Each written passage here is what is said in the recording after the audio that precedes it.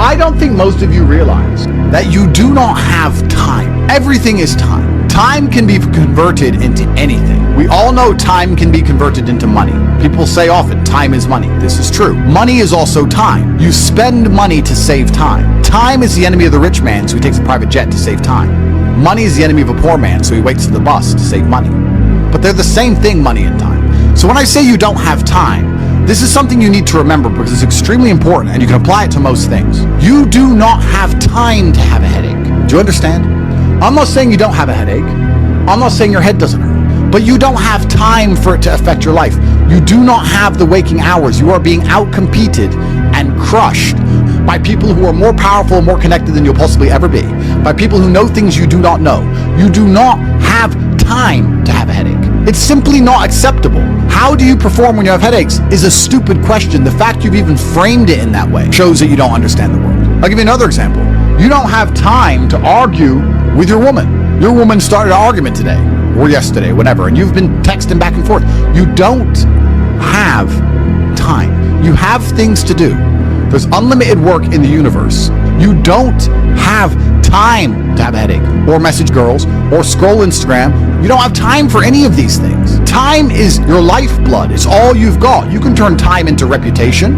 You could turn time into global fame. You could turn time into respect. You could turn time into a fantastic body. You could do anything with your time. You could choose a random embassy. You could choose a random country that you have beef with. Chile. And you could go stand outside the Chilean embassy with a sign saying, "Down with Chile," for no reason. But if you stood there every single day, after about 2 years, people would be like, who is this guy and why does he hate Chile so much? You can turn your time into anything you want. So how are you going to waste it sitting around saying, I have a headache?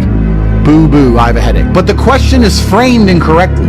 If I have a headache, I don't care. And one of the main reasons I don't care is because my enemy doesn't care. You know, when I got injured when I was training for fights, my coach would often say to me, is your enemy going to hit you less or show you mercy because of this injury? If you say, okay, we're about to fight, but halfway through the training camp, I hurt my foot, so, take it easy. No, he's going to try and destroy me anyway. So if he doesn't care, why do I care? And why does my coach care? Nobody cares. The people who are trying to steal your woman, and trust me, everyone is. The people who are trying to take the money that you want to earn and put it in their pocket before you can. The people who want to have large and gorgeous feathers on their peacock to show the world all the amazing things they've done. They don't care that you have a headache. So why do you care? You need to reprogram your mind. You don't have time to have a headache. You don't have time to be doing the majority of things you do. And there's always been and always will be, and we could talk about that again. We were talking earlier about competence, right? Do you think a woman sees you as competent if you complain about having a headache? Let's say you have a headache. It's fine. You have a headache. I'm not disputing that. Maybe it really hurts. That's terrible. If you go, oh, I've got such a bad headache, do you think a woman looks at you and goes, yes, oh, I found the guy for me? She may not say anything. She may say, oh, do you want a pill? But really, deep down, this guy's a dickhead. I mean, if you got hit in the head with a hammer or shot in the face, fine. But why do you have a headache? From what? Scrolling TikTok. A lot of you deserve the failure you endure. The universe is very giving. I often believe, people say the world's not fair. I'd argue that karmic retributions, and in the long run, all in all, is pretty fair. Karmic retributions are real. In the end, God gives you exactly what you deserve. So if you're not happy with your life, you have to ask yourself, do you really deserve more? Have you really tried 100% of the time? Did you ignore that headache? Are you as competent as you could possibly be? Have you given 100% every time you've done anything? No. You deserve what you have. You deserve your mediocrity because you're an average person. You want a Lambo and these women and a boat and whatever else you want because you see it on Instagram, but wanting something and deserving something are very different things. If you truly deserved it, you'd be working for it in a way that ensures it would be given to you by the universe. Every single thing I've ever wanted, I have got. Maybe not instantly, maybe not easily, in fact, certainly not both. It was always difficult and it always took time, but I really wanted them, so I always got them. And I put in enough work to show God and show the universe I deserved them, so he gave them to me. I cannot remember a single time, and I state this as a matter of fact, this is not hyperbole, I cannot remember a single time I have ever decided not to do something that must be done because I had a headache. Ever. Ever. It is easier if you enjoy it, because you do not struggle with lack of motivation or lack of interest. For me to say you could honestly be world champion at something you hate is a lie. You can, however, be competent at things you don't like. You can be very good at something you don't like doing. To be the best in the world, you probably have to fall in love with it. But the way you do anything is the way you do everything. And you can fall in love with the idea of being good in general. So anything I do, I don't want to be bad at. I either don't do it or I try my very best all the time to become extremely good at it. I don't see the point in doing anything and being mediocre or being bad at it. What's the point? If I'm going to speak on podcasts, I want to be good at it. Anything I'm going to do, I want to be good at. Now, you should have enough respect for yourself that you're prepared to always put in the effort to give your best 100% because it is a habit. You should always give your best to anything you do. When you pick up a video game, you should give your best. When you drive a car, you should attempt to drive as efficiently as possible, using the brake as little as possible to not waste fuel, to make sure there's no close calls, no sudden braking. Most of you are just getting in your car and driving like a jackass from point A to point B, not trying to actually go, you know what, let me drive and pretend I have the queen in the back seat and I can't even brake suddenly. And I only have a fraction of fuel. How far can I go if I very smoothly, very calmly anticipate the traffic in advance, move my car in and out of the cars so I barely have to brake, keep moving slowly and smoothly? Let me try and get good at this. The way you do anything is the way you do everything. And it is a habit to be good at things. There's nothing wrong with just being good at things. To be the best in the world, you have to love it. That's true. But you're not going to love the majority of things you do. That's not realistic. The world's not going to afford you a life where everything you do you're in love with. In fact, you're going to end up doing a whole bunch of things you don't want to do. And the life hack is, if you enjoy getting better at things, then you can be doing something you don't want to do better than you previously done it, and now you enjoy doing it because you were more competent and more capable at said task. You are now better at said task. Every single thing I approach with vigor because I like being good at things. And that's not because I'm arrogant. That's because I have enough respect for myself, and more importantly, I have enough respect for the people I love to know that I need to be good at things. When my children, or when my women, or my family, or my people who rely on me, my brothers, anybody comes to me expecting me to do something for them, I need to have enough respect for them to know that I'm good at what they ask me to do. And if I don't know what they want me to do, or I'm not particularly good at it, I'm at least good at learning. You can become good at learning so that you learn things faster. Good at concentrating. Good at taking a scenario seriously.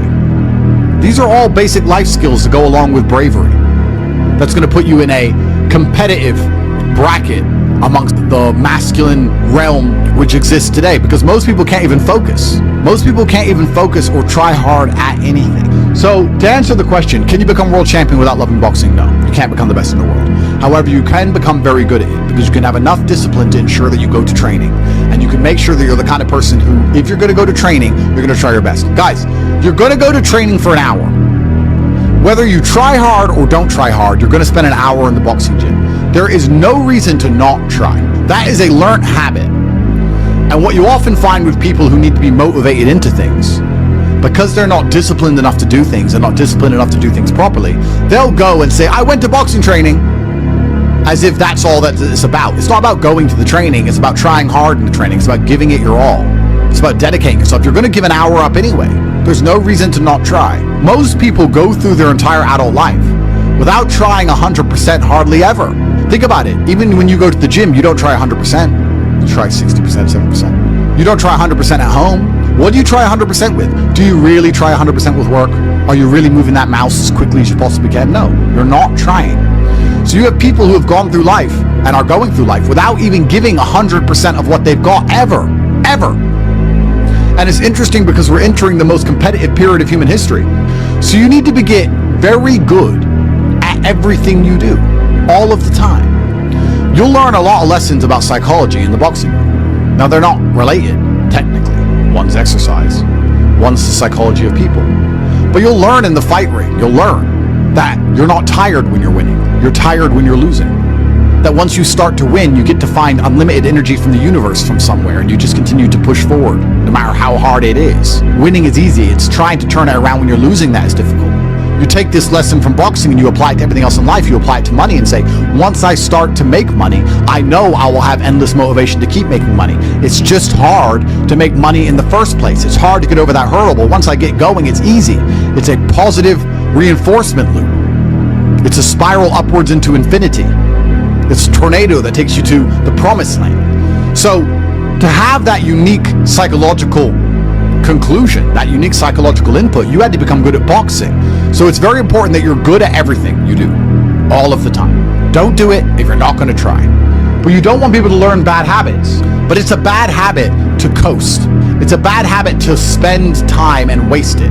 It's a bad habit to go, I tried, I went, I didn't give it my all, but at least I went. You see this kind of cope online all the time. Yeah, at least I went. It's going that matters. That's not true. It's trying that matters. So you see this kind of cope. Yeah, well, I didn't feel like going to the gym, but I went and just had a light session. Why? You went anyway, so why did you have a light session? If you're gonna go, do it. If you're gonna do it right. There's no point in half doing anything. You may as well have not done it at all. So this idea you can coast through things, this idea you can lazily try or pretend to try or just showing up counts, I dispute all of that absolutely. You give 100% of your heart, soul, and vigor to anything you do, and it becomes a habit so that it's all you know how to do.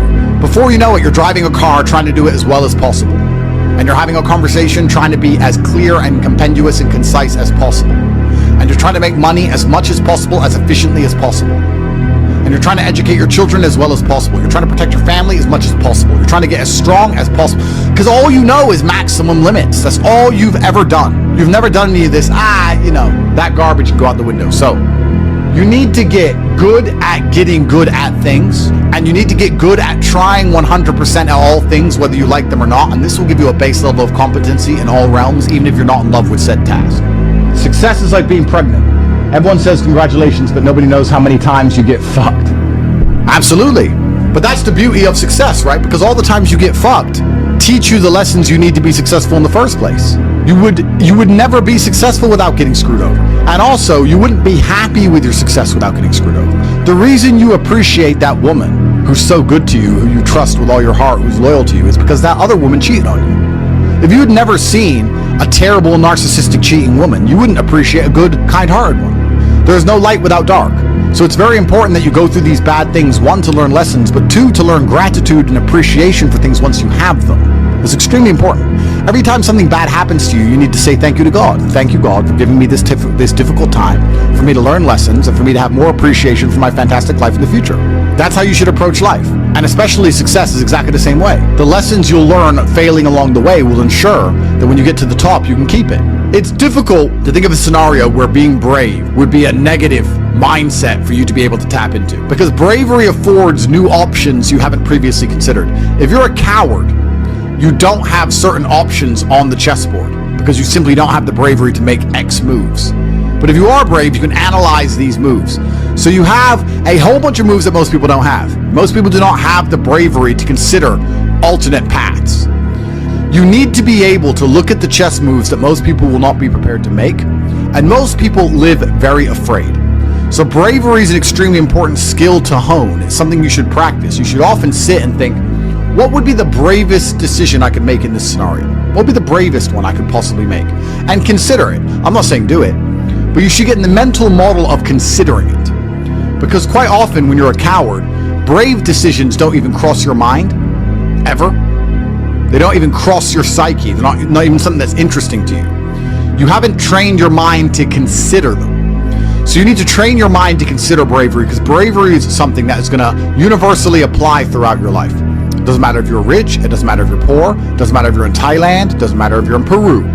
Having the option to be extremely brave and consider the options which are afforded only to a brave person is going to be something which is always going to benefit you. So it's very important that you consider and think about bravery as a whole, something I want you to hone. This life is sales. Convincing a woman to love you is sales. Work is sales. Life is sales. So fantastic thing to learn. Boxing, once again, fantastic thing to learn. It's very good. Your body and mind are connected. You do not have a strong mind without having a strong body. Fantastic. Who should you be before you become rich? Well, money is an amplifier. Money's not going to change who you are. It's going to amplify who you are. If you're a good person, it'll make you a very good person. If you're a bad person, it'll make you a very bad person. If you're a weak person, it'll make you very weak and cowardly and scared. If you're a strong person, it'll make you very brave. Money amplifies. So you actually kind of have to hope that you don't get rich too early before you've struggled enough, because men are built on the back of struggle. You have to go through pain and terrible things as a man and struggle constantly to be a good man. No man who has not struggled is a good man or good at being a man. But don't worry, I think God has a plan for you. You should be trying your absolute best to get rich all of the time. You should be struggling and working as hard as possible. And all of those lessons that will come with all the suffering and the difficulty will be amplified by the time you're a multimillionaire and you become the best version of yourself. That's how you become a top G. Wake up every day and be prepared to give 100% focus to all of the things you do. That's all you have to worry about.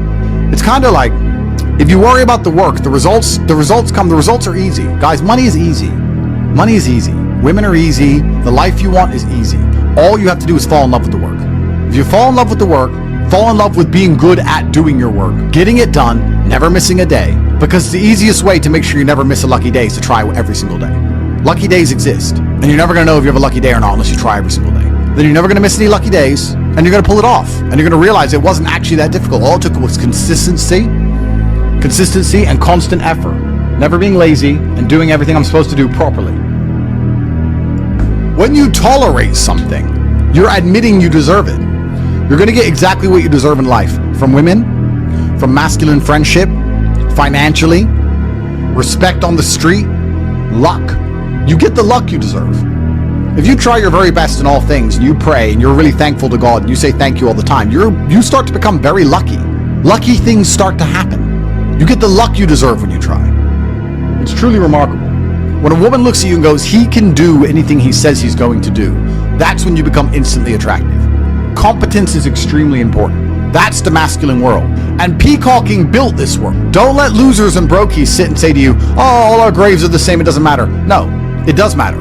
You were not born to suffer and die without being remembered or leaving a mark on this planet. You weren't born for that. You were born to do something great and to be remembered. You were born to leave offspring, which are so fantastic, raised in your image, that you, by proxy, are discussed into eternity. Your bloodline becomes synonymous with competence and capability. That's why you were born. The reason the male peacock shows its feathers is to say, look what I have. There is nothing wrong with that. That's what built the modern world. All of the explorers who risked their lives on the 7 seas did it to say, look what I did. The most beautiful buildings around you, the cathedrals, all these things that were built by men saying, look what we have done. We have done something other people cannot do. Flexing, in and of itself, is not a stupid idea. It's actually a biological norm amongst men. Don't be confused. You don't want to flex asininities. You want to flex capabilities. You want to flex competence. You want to flex, look what I can do, which others cannot do. And respect often lies on the other side of fear. If there's a decision that everybody's afraid to do, but you do it, that is what's going to get you respected by your peers. But masculine brotherhood has been the basis of keeping you accountable. It's very easy for you to become the best version of yourself if all the men around you are pushing you all of the time. And they're ensuring that they are being their best selves, which is constantly pushing and striving towards successes. This is what you're supposed to do. You always have.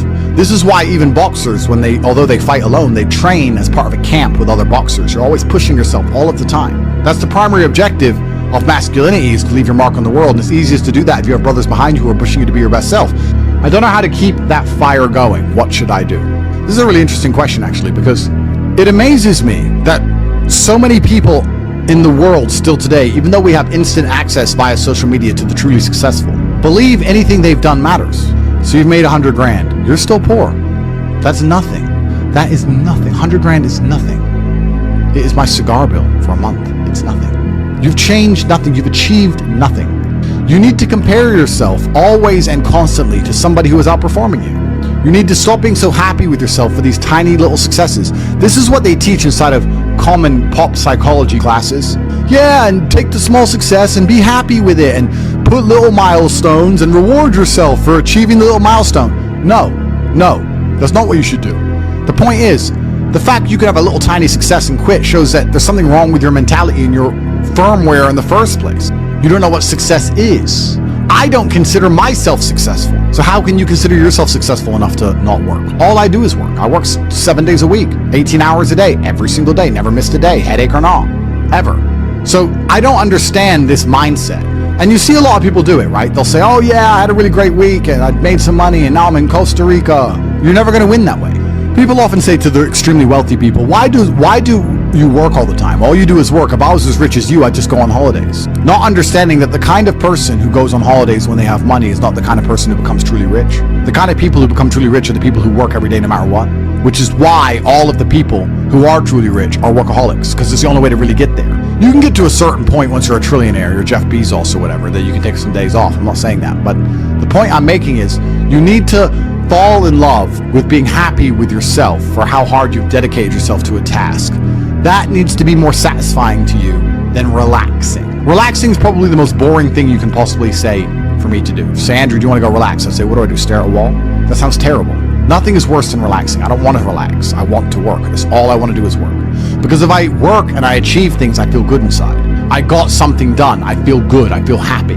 If I just relax, nothing's been achieved, so I don't see the point of it. It doesn't even relax me. In fact, it makes me very anxious. So then I feel more stressed than if I was just doing the work in the first place, which is why relaxing is impossible for me. And he said, well, it sounds like you have an anxiety disorder. If it's a disorder that allows me to constantly work all of the time and never be happy unless all of my work is complete, thank God I have it, because if I didn't have this disorder, I'd be a normal jackass like you. Guys, time is running out for a chance to win. It truly is. You guys are truly running out of time. It's very important that you get your act together quickly. So if you want to call it anxiety disorder, then get one. Don't be talking about headaches. Don't be talking about working. Don't be arguing with women. You have things to do, right? It doesn't matter if you have a headache or not. You must work. Anxiety sounds like free energy. Could give me more. Absolutely. Anxiety is exactly that. It's free energy. Nervousness is free energy. The inability to rest or relax or sleep is free energy. You just have to have the discipline to direct it in the correct directions. You need to sit at home and feel this fire inside of you because you do not have all of the money you want, all of the respect you want, and your name has not been echoed into eternity. You're not etched into the halls of history. You need to take all of that fire inside of you and all of that anger and direct it at one task. And you need to try your absolute best to ensure you succeed in that task. It's down to you. I can't drag you across the finish line. I can only show you where the race is and try and hype you up before you run. I can take you to the start line. I can tell you you can do it. I can tell you how fantastic it is when the race is over. I can tell you it is worth it, but you have to be the one to run the race. I can't carry you. If you're going to ask me stupid questions about headaches, you're never going to make it. There's going to be a huge contingent of the populace that never make it. But when you do, it is worth it because you're remembered. And that's the whole point of being alive as a man in the first place, is to go down in history. It's not to go through life comfortably. It's not to go through life without struggle, without pain. The point of being a man in the first place is so that you suffer enough for people to remember you, to die for something, to live for something. That's the whole point in all of this. There's nothing else to do, and make your name synonymous with something fantastic which has affected humanity and culture. That's all it's about. And it's very difficult to do that if you're insignificant and broke and lazy and stupid with a fucking headache. I can't stand quitters. So if you're the kind of person who's going to quit because it's hard, I don't even want your energy around me, because quitters are the worst people on the planet. You can give a quitter absolutely everything and they will still fail. Quitters can have every single advantage. Quitters can have all the information. Quitters can have all the tutelage. Quitters can have a mentorship. Quitters can have someone who messages them every morning, hey bro, let's get it. And guess what they're going to do at the end? Quit. They ain't never going to have shit, right? You need the people who don't quit. I don't quit. Every single facet of my life is testament to the fact that I don't quit. When people see my plane in the sky, you can say whatever you want about me. You can call me arrogant. You can call me anything you want, but you cannot call me a quitter. I didn't quit. So that's the difference. When it was hard, I did it anyway. That's who I've always been. And if you don't have that kind of tenacity, you're never going to be anything. So the people who come along and talk about passive income, they sound like quitters. They sound like people who don't want to work. You have to just work. At some point you have to bite the bullet and just work. So when someone comes to me and talk about passive income and they're a brokey, I'm like, you are just lazy. You are lazy. You'll never get anywhere. Lazy people never get anywhere in life. Doesn't matter what it is. Doesn't matter if it's tennis or money. If you're lazy, you're never going to get. I love work. I'm ready to work. I'll dig a hole. If you start with a good team, you're going to make it. That's really true. Brotherhood in and of itself is so valuable. If you sit around with 20 people and none of them are lazy and none of them are snakes, you're going to be fine. I think follow your passion is also a terrible piece of advice. People say, hey man, you need to find what you're passionate about and do that. And what they're trying to say is only do what you like, because you have no motivation to do anything else. And motivation in and of itself is a scam. I don't believe in motivation. I believe in discipline. I am not motivated to do the things I'm supposed to do. I don't wake up full of like joy. I have to go to the gym, or that I have to work, or that I deal with crap. I don't feel motivated to do them. I'm disciplined. I do them regardless of how I feel. Whether I'm in the mood to do it or I'm not in the mood to do it, it gets done. That's discipline. Discipline's a real thing. Motivation is fleeting. Yeah. You're never going to be permanently motivated. So when someone comes along and says, oh, do what you're passionate about, what they're saying is you'll have endless motivation, and then you'll be able to try hard. If you're the kind of person who can only try hard at something he enjoys, then you're going to fail. Because most things you enjoy don't pay any money. If they paid money, you wouldn't enjoy them. It's called a job, right? Nobody likes their job. You like your hobby. I'm sure you like playing video games. Maybe 1%, 0.1% can make money from video games, right? Most people, you ain't ever going to make it. Yeah. Do you think the guy in China who owns a concrete plant is passionate about concrete? It's money. Be passionate about success. If you're passionate about money, then you can be passionate about anything.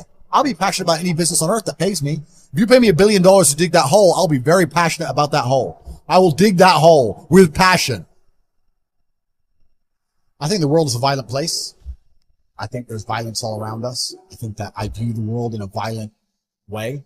And I don't mean that in a negative context. I say a lot of things and people take them as negative, but I see them as positive. Like I say I'm an angry person and people imagine me that I'm happy. Yeah. I'm super happy, but I'm angry. Angry is motivating. You can't sleep if you're angry, so you better work, right? So I'm an angry guy, but I'm a happy guy. If I sit in a coffee shop, right? If I sit in Starbucks, the whole time I'm in there, not only am I thinking about how they got the money from me and how much I spent, I'm thinking about how I could outcompete them. I'd sit there and go, okay, cool. I'm in Starbucks. I spent £5.68. I got a latte and I got a donut, and I'm sitting here. And that business place, that commercial property right across the street is available for lease. How could I outcompete this coffee shop which just took my money? What's the profit margin on this £5.68? How much did this cost them? The coffee, pennies. Donut, 30p. How much is the rent? How much is the business rates? If I had to open up there, how would I attract people to come into my shop as opposed to their shop? They got a big brand name. I'm brand new. Next thing, do they have any signage outside? No. I'm going to try and put some signage outside. Do they have parking? No. I need parking. You need to start thinking about how you can convince people to give you their money as opposed to giving it to the places they already give it. People say, I can't think of how to make money. If you start doing that for a year and just keep a notepad, you'll have 100 ideas of how to make money. You'll sit there and go, there's a place here that's doing this and we could do it better this way. This place online is doing this. We can do it better this way. And then to get them all done, what do you need? Network. You need people. It's all about people. Okay, we can make money with this. Who's going to do it? Who's not lazy? Who's going to up at 4 a.m. tomorrow? Boom. Let's get it done. So there's unlimited ways to make money, but most people go through life and their money is taken from them. And they don't even identify how they got tricked out of it. The business is just other people's money. That's all business is. I want to start a business. So you want other people's money. You have to think about it. Nobody thinks about it. And the easiest way to think about it is to think how you're giving yours. That's a mental model you should adopt. Yeah. And you'll end up with loads of business ideas. Business ideas are everywhere. It's just execution, which is different. At the end of the day, even if you're struggling, it's you that's going to have to get up and get the work done and change your life. So when they go on the TV and say, you're depressed, it's a disease, you can't fix it, there's nothing you can do about it, it's not your fault, I think they're just trying to reinforce in your mind that you're never going to get better. I think if they really cared, they'd say, like Tyson Fury says, you're depressed, but you can beat this. You can do this. I don't hear them saying that very often. They just sit there and say, everyone's depressed and it's normal. Accept it. And I don't accept that. I don't accept that. I don't think people should sit there and accept that they're sad. Change it. I think only you can change it. That's what I do. But I actually think the world is quite a bleak place. Yeah. For men nowadays. I think that the societal path they've laid out for most men is a sad one. I think that all men like the idea of conquest and like the idea of being high status and being rich. And they're telling you that you shouldn't be those things and you shouldn't do those things. You should just go to school, get a wife, sit at home, happy wife, happy life. And it's depressing and it's unhappy. And I promise everyone that there is a degree of happiness, but as a man, that happiness comes from freedom. And freedom does require money at some level. And you're going to have to get out there and get paid if you want to be free as an individual. And once you're free, you're going to be happy. When I talk about the Matrix, I'm talking about the systems which have been created by society, which are deliberately designed to enslave. In the movie, the Matrix were used for our body heat, but here in this Matrix, we're used for our efforts and our energies. And you're existing inside of a system which is deliberately rigged to make the rich richer and for the poor to stay poor. Yeah. And you can sit there and get upset about it. You can sit there and cry about it and say the system needs to change, which is what some people do, socialists, XYZ. But I think I know that's a waste of time, right? That's futile. The best thing to do is to understand the rules of the game and find a way to win. So yes, the game is rigged. Yes, the rich are always going to get richer. Yes, the poor are always going to struggle. And that's the way the game is set up. So you still need to find the best move on the chessboard. There's no point sitting there saying, I want to play a different game, because that's never going to happen. Because the people with the money are the people who have the control and they have the power. And why would they have the game set up any other way? Why would they change? You got to be in a good position to take advantage of things. So you've always got to be in a position where you have a good network, you have good information, you have some kind of liquid money, you have the ability to survive without that money. You can take a risk. Like, it's hard to set yourself up.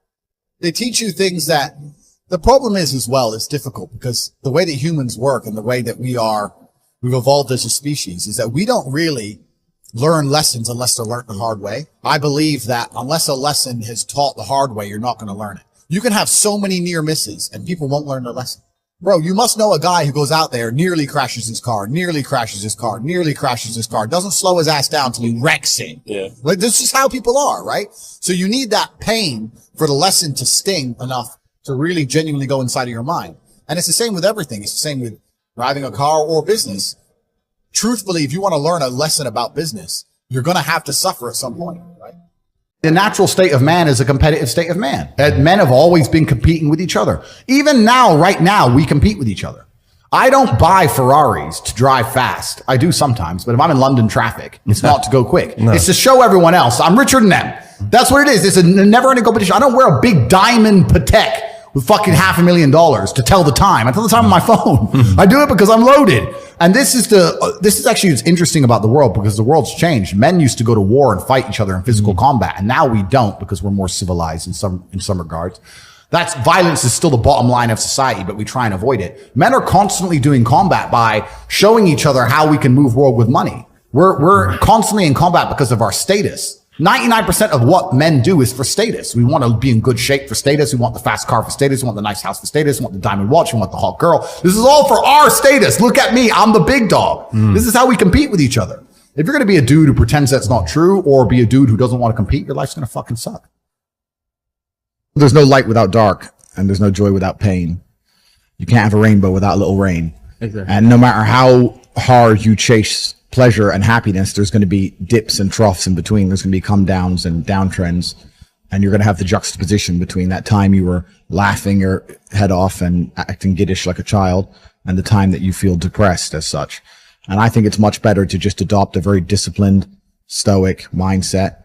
I'm always the same base level of happy regardless. If I lost all of my money today, I would be the same happy. If my net worth quadrupled, I'd be the same happiness. Yeah. As long as I'm alive, which is a struggle, unfortunately, in the current climate. But as long as I'm alive and the people I care about and love are alive, and as long as God gives me the honor of doing my duties and providing for the people I care about, as long as I get to wake up and know that there's a whole bunch of people in the world who need me and I get to work hard to please them and do good for society and good for the world, then I'm a vessel of God, and I'm happy enough to survive. That's all I look at it as. I don't ever consider, how do I feel? That doesn't cross my mind. I have things to do. I have things to do. You're too busy to think about that. I'm too busy. I have things to do every single day. I have very important things to do, and how I feel really is not going to affect how I complete those tasks. Right. And when I speak to men, they say I'm unhappy or I need to be happier.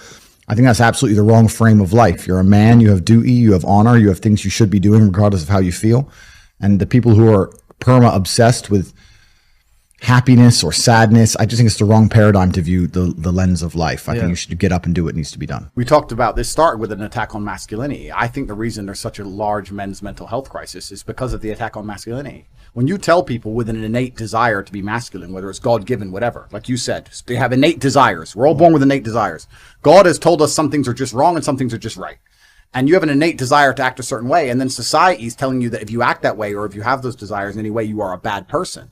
That's where the men's mental health comes from. That's where all these men are sad and depressed, is because they're like, you know what? I'm not supposed to want to just get big, get strong, get important, get a hot girl, get a nice car. I'm not supposed to want that. I'm supposed to want this.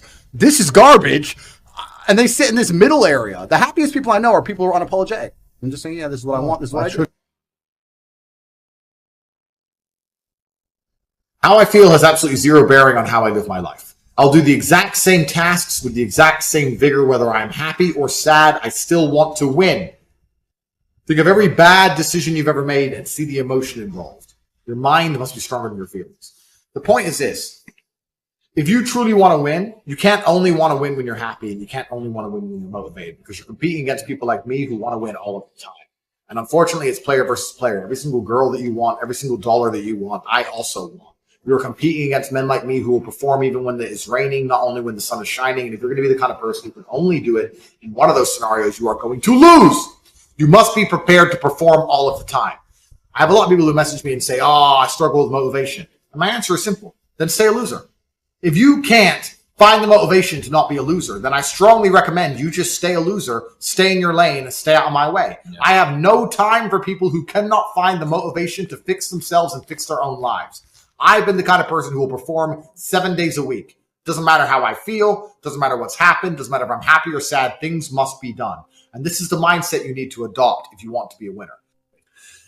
Absolutely everything that happens in your life, whether it's good or bad, is completely your fault. Not enough people take responsibility for their lives completely. So if you're watching this, I want you to very seriously do this. This is a serious exercise.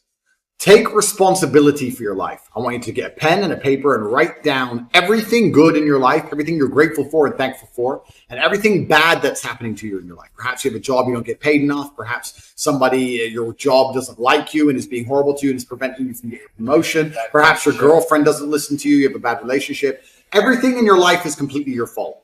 Please understand, as a man, the key to being successful is building a formidable mindset that makes you ultra and hyper competitive in a very competitive environment. Now, competence and the ability to perceive the world as it really is, perspicacious, and understanding the truth of the universe is certainly a key element in terms of becoming a feared opponent and understanding the world and being competitive. However, there are certain scenarios, there are certain times in which you don't have to be concerned with being right or wrong. You must be concerned only with being as competitive as possible. This is the idea I try and teach people inside the Matrix when I say, I do not believe depression is real, and they try and convince me it's real. I don't care what science you come up with convincing me it's real, because if I believe in depression, I am more likely to become depressed. If I don't believe in it, it cannot affect me. I cannot become depressed if I do not believe in depression. So by extension, my mind is more competitive. I'm a more feared opponent. I'm more dangerous if I don't believe in depression. That's why I've created my mindset to be as competitive as possible. You must understand that competitiveness as a whole is the baseline for masculine experience. Every dollar you want is wanted by other men. Every female you want is wanted by other men. You are competing against other men your entire life. Even when you walk into a room, instantly you are measured and sized up and down, and you are competing. So for this reason, you must understand that you must build a mind that allows you to compete day after day at the highest possible echelons and be successful. Build a competitive mind. Now, to do that, you must self-analyze. Everything in your life is your fault. By accepting everything in your life is your fault, it makes you more competitive. If you believe that things just happen to you or that bad luck just comes and you can't affect it, you're not as competitive as someone like me who believes that everything is my fault. If it rains tomorrow, I am responsible for the rain. Do you understand? You may think I'm crazy, but I'm not, because I could have looked at the weather forecast and flown to another country to avoid the rain. There is always something I could have done. I could have packed an umbrella. I could have planned to go driving on another day when it's not raining. Everything is my fault all the time. I have absolutely not self-responsibility and accountability, which allows me to become as effective as possible when I'm facing my problems. When the enemy, when the problems appear, my Aikido is max level 1000 because I am self-analyzing permanently. Everything I do is self-analysis. I get asked all the time, but what do you feel? Or what about happiness or depression? That doesn't even, how I feel doesn't cross my mind. I don't know how else to explain it. There are days where I'm pissed off or sad or happy. It doesn't cross my mind. It's just like, I woke up, whatever mood I happen to be in, I have things I need to do. It's a busy day. Zuby's here soon. I need to go training before he gets here. I had a meeting with the bank at 7:15 a.m. I have shit to do. Like, I didn't cross my mind if I was happy, sad, excited. I just had to work. So I think my mental model, to a degree, I'm certainly not a person who doesn't feel emotions because we're all human. I certainly do. But I've never prioritized them in any regard. I haven't built a mental model that affects, I haven't put them in the middle of my mental model and then affected my actions based on how I feel for each one. It's absolutely and completely the opposite.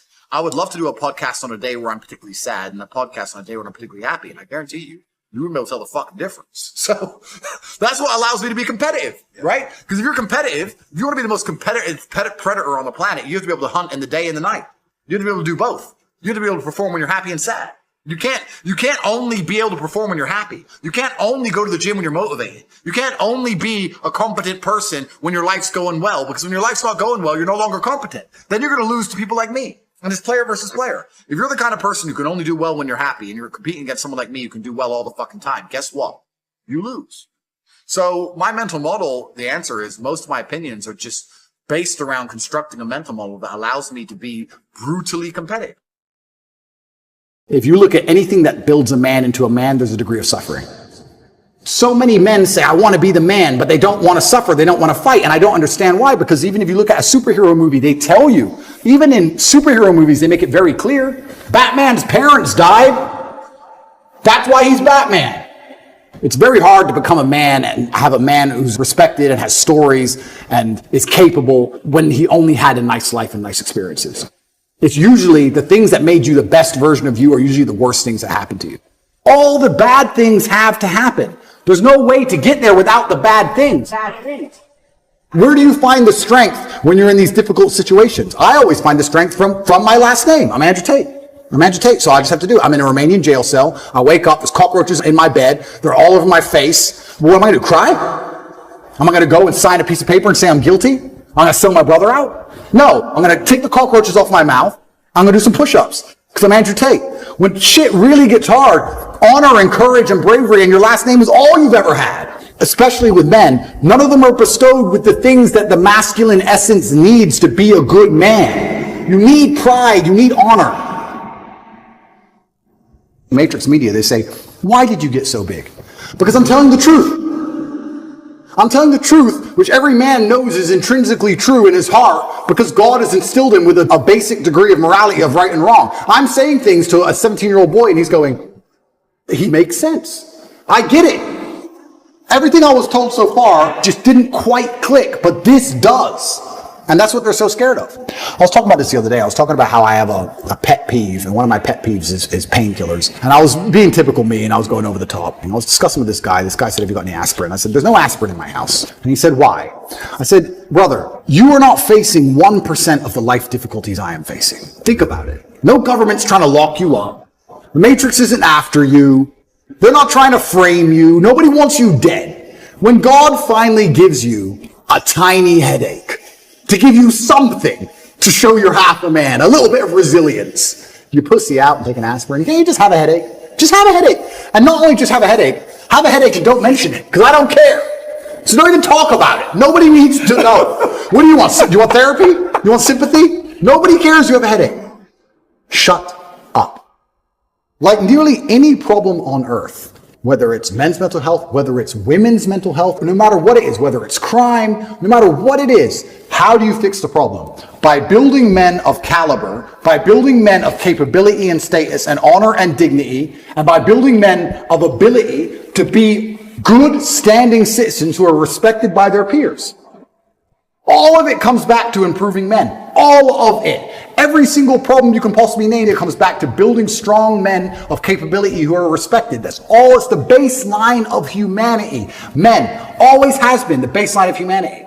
And that's why nearly every problem we can name, all of them are in a direct negative correlation with masculinity. As masculinity plummets, all this garbage is going up through the roof. Is that a coincidence? Absolutely not, really not. You can literally see it with a graph, and you can see it happening. Saving the way men think and operate, growing a new generation of men who understand they have duty to themselves, their last name, and God, literally saves the world. All of it. Women respect men who stick by their principles and their beliefs. And the principles and beliefs of a man are always to do what he is supposed to do, regardless of how he feels. You must train when you don't feel like training. You must protect when you don't feel like protecting.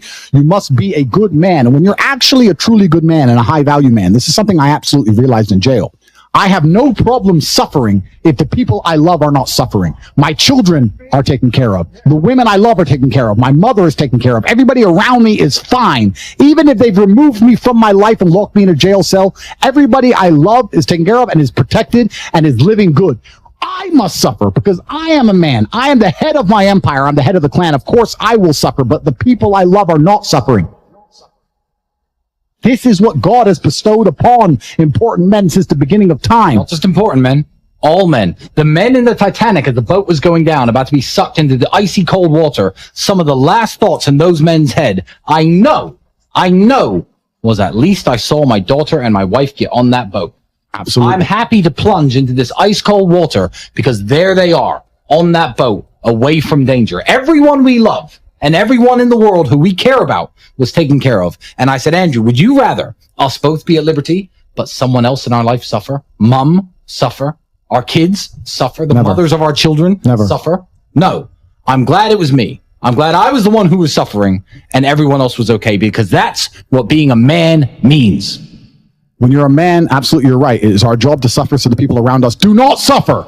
And that's why if you're a man and you're waking up every day and you're not trying your very best to be important or upgrade yourself or upgrade your character, or you're lacking motivation, then you have a serious problem, because it is your job to be capable of dealing with the insurmountable pressure which God is going to put upon you so that when you suffer, everyone around you does well.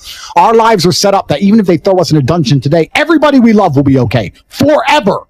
And that is what's most important. That's the most important thing. That's success. And that was absolutely comforting in jail when we discussed that. And we said, everyone we love is okay. You and I just have to make it through this. And that's absolutely and utterly comforting. And if you're a man sitting at home right now, you need to sit and say, okay, if they plucked me from my life, if they picked me up and threw me in a room and locked me in a jail cell, Which can happen. which can happen to anybody, especially as they continue these matrix attacks on masculinity as a whole, would your wife have a roof over her head? Would your children eat? Would your family be okay? Think about these things. This is what you're working for. You're not working to make money so you can buy a Lamborghini. You're working to make money, and you're thinking outside of the box, and you're becoming your best version of yourself, so all the people around you will always be okay no matter what happens. It is your job as a man to suffer. And we did our job fantastically, absolutely not as we should. We always will. And we always will. And everybody around us was okay. And that is extremely comforting in times of hardship, because we're built for suffering. We were absolutely not built for suffering. No matter how close I came to crying inside of that jail cell, I knew all the people around me were safe and all the people around me could eat. And that's all I cared about. I used my phone calls. When I would call other people and they were asking me how I was, I'd say, we don't want to talk about me. How are you? Are you okay? Are you okay with the media pressure? Are you okay? Are your bills paid? Do you have money? Or can you eat? I'm in a jail cell in Romania, making sure that everyone I love is okay. I don't need them to sit and worry about me. I worry about them. I sat in a jail cell making sure I could fix the problems for the people I love outside in the free world from a dungeon. That is what a man does. And you must prepare and set up your life for that. You must be prepared to be plucked from life.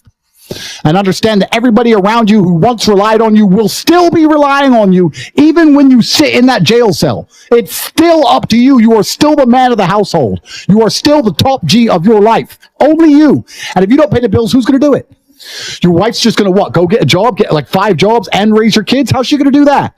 You must be prepared for these things. That is what you're working for. So if you wake up every day as a man, and you say, I don't have motivation to become strong. I don't want to work hard and get rich. I don't want to try and become financially free. What you're saying is that the second you disappear from your matrix controlled job, everyone who loves you and respected you and relied on you is going to starve. How can you live that way as a man? Absolutely not really unacceptable.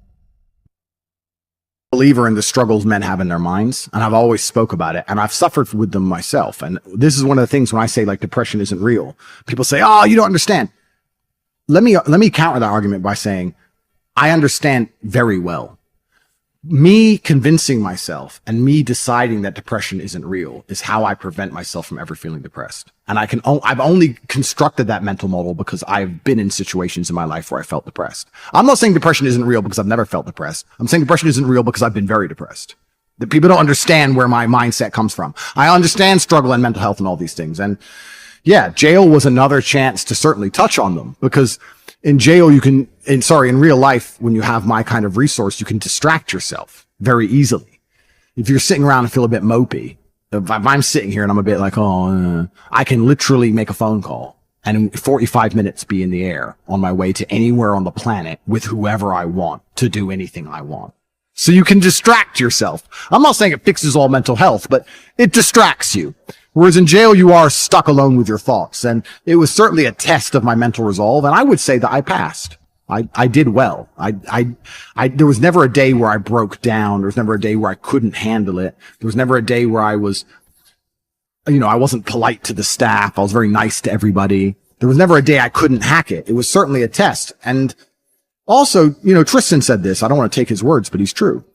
You go through life telling everyone you're the baddest motherfucker there is. Sooner or later, someone's going to test you. You walk in the pub and you say, I'm the hardest man there is. Sooner or later, someone's going to fight you. Sooner or later. And life's like that. You want to be the top G and you want to go through life and say, I'm the top G. Then God's going to say, well, we're going to see if you deserve to call yourself the top G or not. We're going to put you in a Romanian jail cell. We're going to leave you there to rot. You're not going to know how long you're in there for. And the biggest mindfuck is I thought I was going to be in there for years. I had no idea. Everyone's telling me years. I thought I was going to be in there for years. So maybe God was just seeing, he was watching me and he was having a look and saying, you want to call yourself top G? Let's see. And I like to think I passed that test. So it is what it is. But yeah, I agree with you. In terms of mental struggles, yeah, they exist for all men. And I also think that's one of the reasons I'm so large. I talk about those things a lot. I talk about those things a lot with men and I help men with them. And I try and say to men overall that life as a man is pretty shit and you're going to feel shit for a pretty large percentage of the time.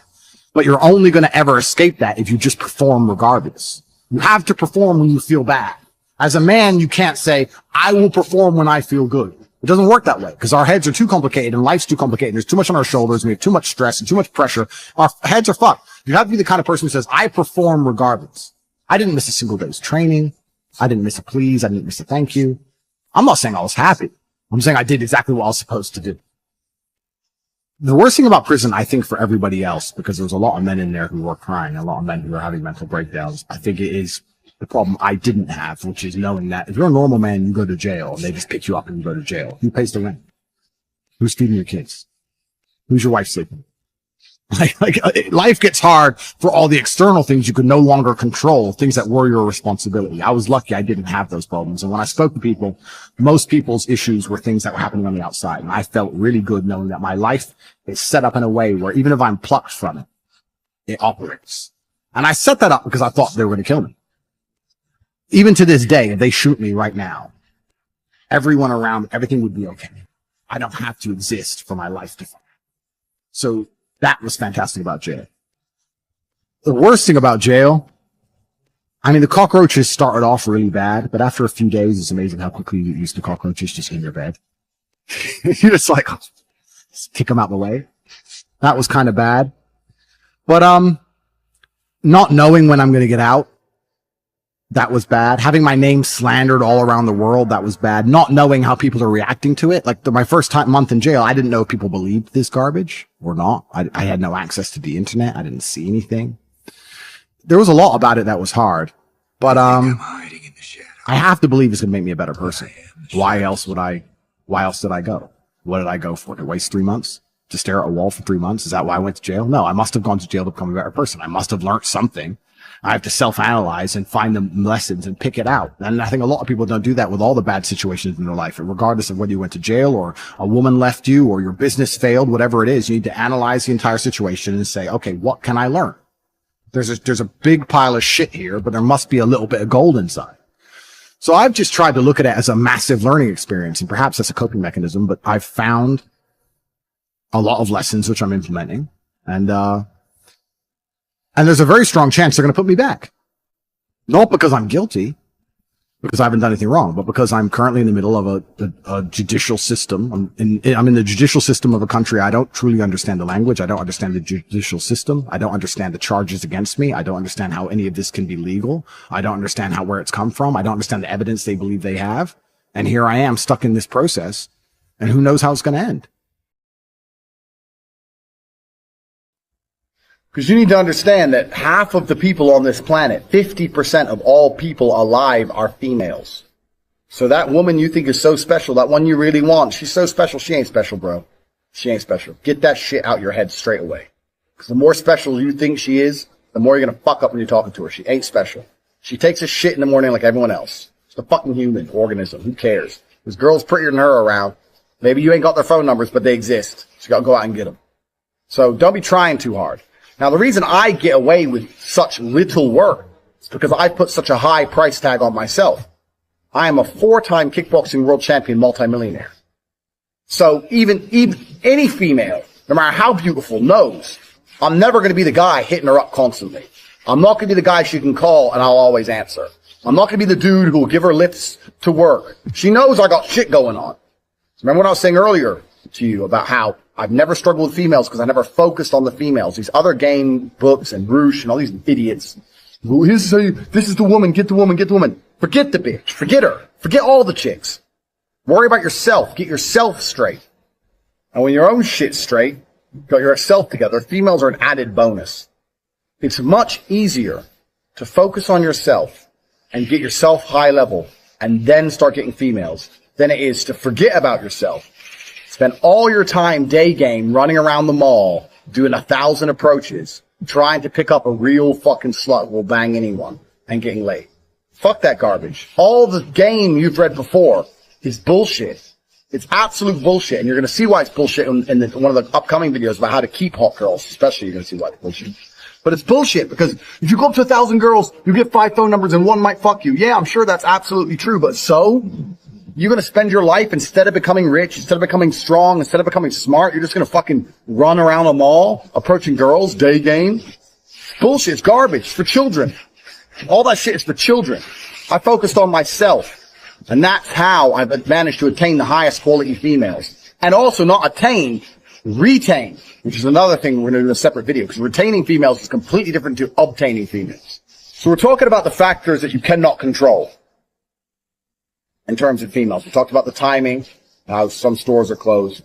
We talked about how you have to make her like you more than the other guys. And sometimes that's difficult, because let me tell you something. She might be talking to a real G. If she's talking to me, you're going to struggle to make her like you more. That's the truth. I have more tangible assets, more physical, financial, and mental assets. Plus, I know the game. Sometimes you're outclassed. That's how it goes. Sometimes you're just outclassed. That's how it goes. That's another thing you can't really control. But what you can control in those situations is that you don't make her lose respect for you and don't kill your chance for the future by being a little begging for attention bullshit. Keep your honor about you. Because if you're going to lose the game, there's 2 ways to lose it. With honor and without honor. You're going to lose. As soon as you sense you're going to lose, as soon as you detect, this girl, I'm not going to get her, then you can either lose her by begging, hoping for that little tiny chance and losing all your respect, or just thinking, you know what, I'm going to try again in 8 months. Fuck this bitch. I'll get someone else. So we all know what the correct decision is. Don't be fucking so desperate for a girl you just lose all your honor and self-respect. Because then you're never going to get her. Ever. And that's some real dumb shit. So I want you to understand when we start talking about women, there's a whole bunch of factors you cannot control. So when it comes to approaching hot girls, you have to understand this. Some are open for business, some are closed for business. Next, what can you do? Besides the factors that you cannot control, what are the factors you can control? Well, body language is one of them, obviously. Clothes, we've discussed all this. But really, when it comes to approaching females, game as a whole is something I don't like. I don't like the idea of it because it's bullshit. It really is bullshit. I cannot sit here and tell you how to act. Even if I told you to have the exact same mannerisms as me and say the exact same things I would say, they work for me, but they will not work for you because we're individuals. We're absolutely individuals.